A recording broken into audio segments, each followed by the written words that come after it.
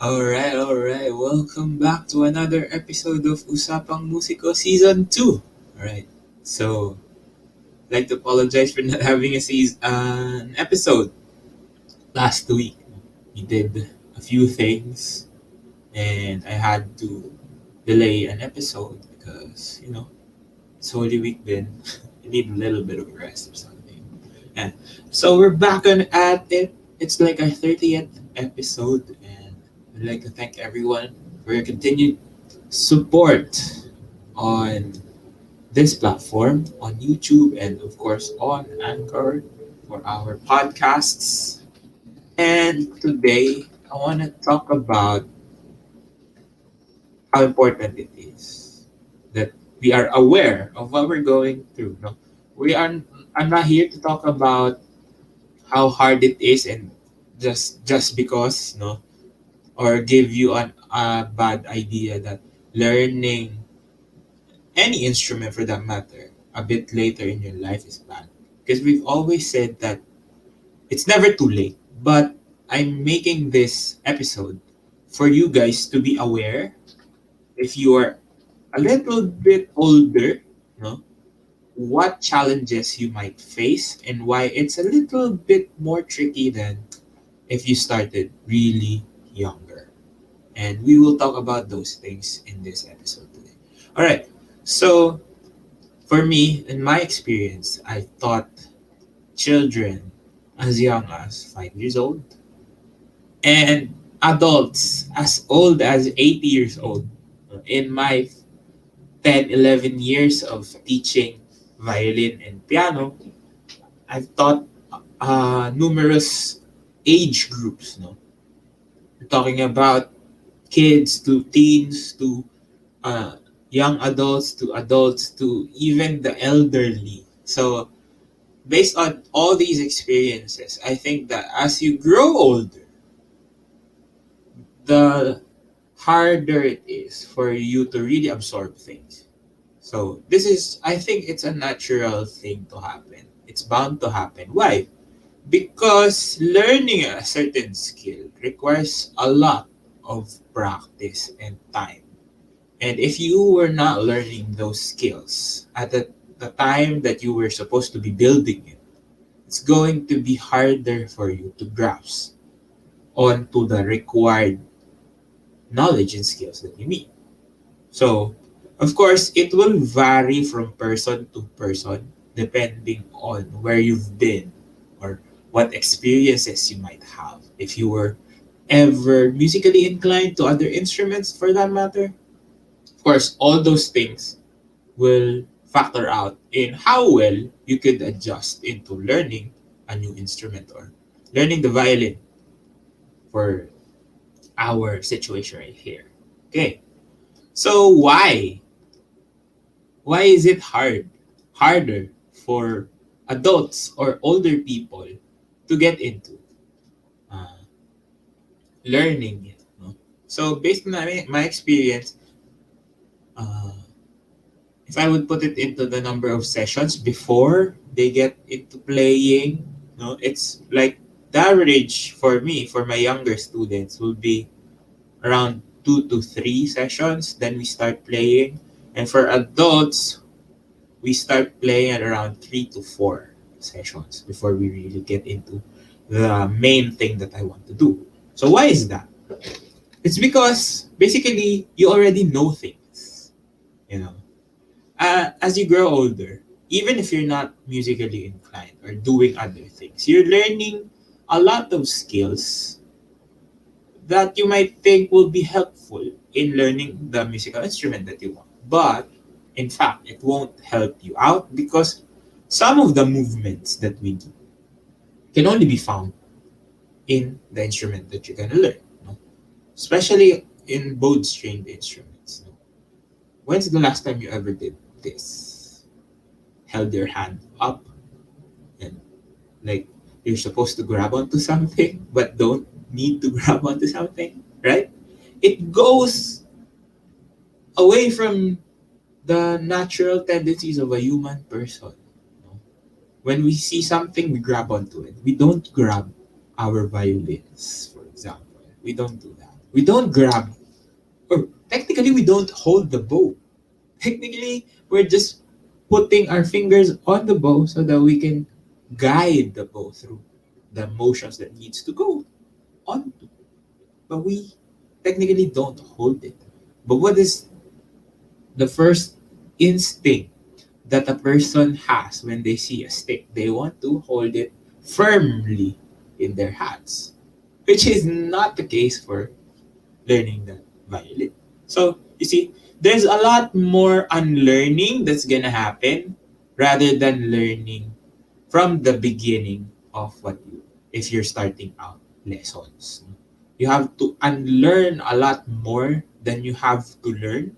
You have to undo a lot more bad habits before you ever enter the learning phase of your musical journey. No, but for kids, they're just starting out. No, I personally started at a young age. It's not the youngest age.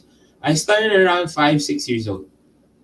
So the time during the time that I was developing, I was writing, reading. This is the first time I've been trying to write or trying to read. No, I'm also developing my musical skills. My senses are developing. So my body is just absorbing all the things that I am getting. But as you grow older, you have to unlearn certain things that you learned from your childhood. Or if you're growing older, like if you're in your mid 30s, 40s, of course there's a lot more things that you have done not musically related if you haven't taken lessons. And it will transfer into your experience in learning a certain musical instrument. I had students before, right now actually. So she said that she was a swimmer before. No, I'm not saying that this would affect all swimmers, but what I'm trying to say is there are movements in swimming that you can't use when you're playing the violin. And it shows from our lessons, it affects her movements. So there's a little bit more struggle to learn proper bowing techniques for her, just because there are certain movements we can't undo that easily. Because, for example, if you've been swimming 20 years of your life and then you transition from swimming to playing the violin, and then I don't want you to curve your arms or whatever, of course, it's gonna be hard to unlearn 20 years of what you were doing before and then learn the skills you need. No? So it's like, it's double the effort that you need if you're gonna start later in life. Because there are a lot more experiences not based on your musical journey. You may be doing something fairly different. You might be an athlete, or you might be doing other things that require more muscle movements that you might think can help you out when you start playing a certain instrument. Like a lot of people who transition from one instrument to another also has this, no? I think for woodwinds or brass people, they can relate. Like the embouchure, you know,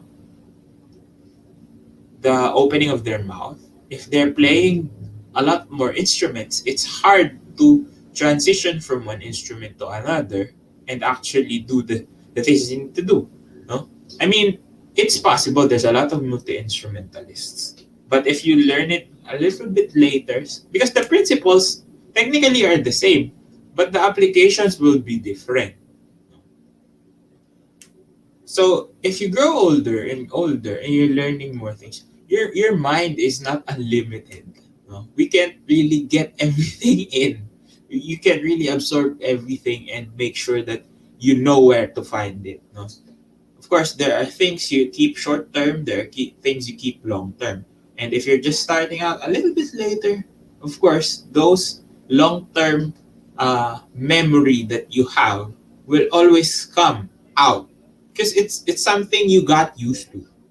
And if you're not used to playing the instrument, you're gonna tend to go back to whatever you're used to. So you have to unlearn that. Whatever that experience might be, whatever movement that might be that you associate with when I say, for example, move your wrist. For example, in playing the violin, you move your wrist a lot. But if you don't know how to properly move your wrist, and you've done things before moving your wrist as well, you might mix those two up. And it's gonna be harder for you to unlearn those habits that you have already developed. Because of course, everything is building habits. Building habits make you a better musician. Building habits makes you a better person. It makes you who you are, is essentially what you are. If you whatever habits you're building. So if you are already used to certain habits, certain movements, it's going to be more difficult for you to unlearn those things. But of course, it's not impossible. We've seen a lot of late starters, late bloomers, you might call them, start in learning the violin at like age 17. But I think 17, 18, 19, maybe until 20 or 25, you're still developing. So it may be a little bit struggling for you, but you're still developing and you still gain a lot more knowledge. But if you're older, around 30, 35, or 50, and you haven't touched your violin your entire life, of course that needs a lot more training for you. You just need to be aware. It's something you can keep at the back of your mind when you're learning. Because sometimes, if you're not aware of these things, it would lead for your frustration. You might think, I can't learn this because it's so hard. You might think that way. But if you know and you understand that it's a longer process than learning it from, let's say, 5 years old, 6 years old, 7 years old, until maybe at least 15, then it's going to help you out. To not be hard on yourself. To actually embrace the challenge instead of being frustrated because you can't get a simple exercise. And it's not going to be as simple as you see it being done by younger people. Because, think of it like this. When a sponge absorbs water, it also absorbs the water's impurities. Okay. So, when you wring out the sponge, what happens? Sometimes if the water is colored, the sponge turns into a certain color. Even if you wring it out, all the water out of that sponge, some of those colors or dyes or pigments or whatever will still stay stuck on that sponge if you don't clean it up properly. So it's the same thing. You might absorb things, but it's not always, if you take out something, everything would go out.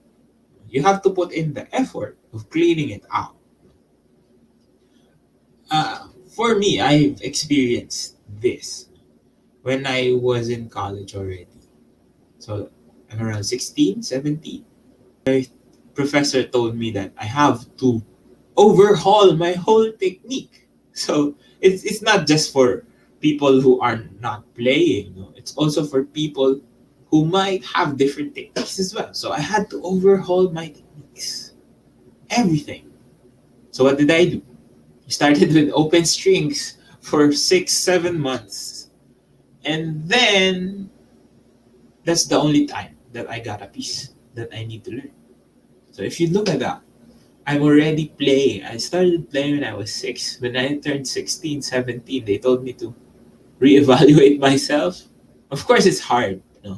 But the thing is, if you understand that you can still use some of the things that you already know, but you have to first focus on what your teacher or mentor is trying to tell you or is trying to do. So if you understand those things, it's going to be easier for you to transition. And as I always say, for beginners, I try to pace it in a way that the foundations will be the longest thing that we do, and then everything else just goes by. Because if you have good foundations,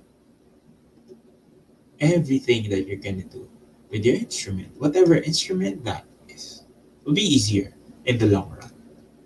Because essentially, you will always go back to the basics. Whatever technique you know will always go back to the basics and principles of how your instrument works. So if you understand that, it's going to be easier for you. No. It might be harder to start, but the thing is, if you start, it's just going to get easier in the long run. So, yeah, basically, it might be hard to unlearn certain things, but once you start unlearning and relearning, unlearning and learning new things, it's gonna be a breeze once you get through that. Once you are aware of those things, no? Because it's inevitable to unlearn some things. Because, yeah, everything about the string family or how you hold the instrument, even for cellos and violas, even for basses. I mean, they always say that it should be natural, but what is natural if you don't understand how to hold it properly, right? So everything would look natural if you know what you're doing, but if not, it's gonna be hard. And that's why I also think that even if you're an older person, even if you don't want to be a professional musician, even if you just want to play, it's better to always get a mentor. Just so you know the things that you need to understand, the things that you need to work on in order for you to really grow as a musician. Because a lot of people think, okay, I have the money to buy a good quality instrument, but you don't want to pay for lessons, so you just buy the best quality instrument you can find. And then you end up getting frustrated because even though it's expensive, it sounds cheap. Why? Because you don't know how to operate it, right? But if you buy maybe a slightly cheaper one and then invest some time in getting lessons, it's gonna be better sounding. Again, we did an episode on this, right? When do you stop taking lessons, right? So it's really, really important that the basics are covered well, especially for adults, because of course you have better understanding. It's easier for adults to understand certain concepts because you learn these in school, you learn these in your profession, no?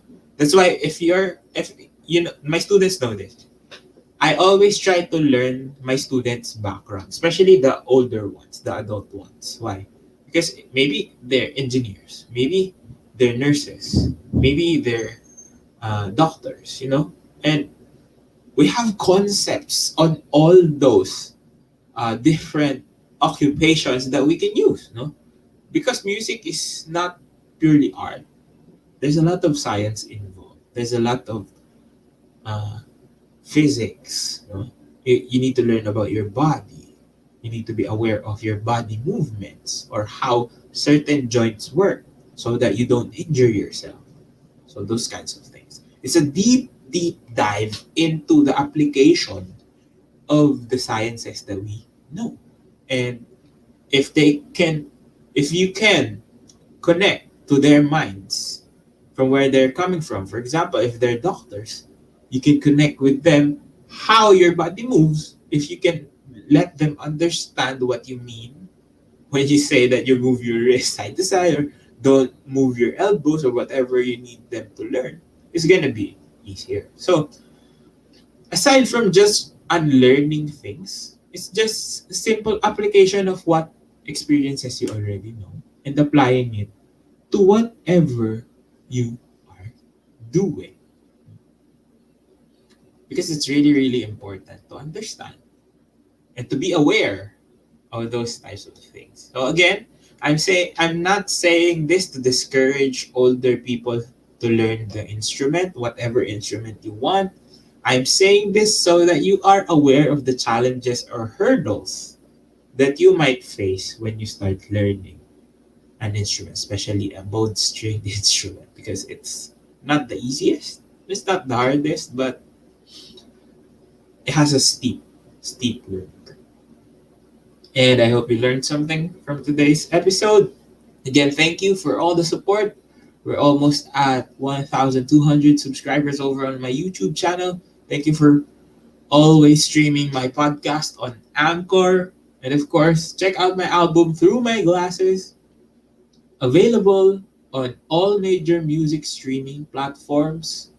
Please check it out, and I hope you vibe with it. And if you need to reach me, links down in the description box for all my socials, and I will see you on the next one.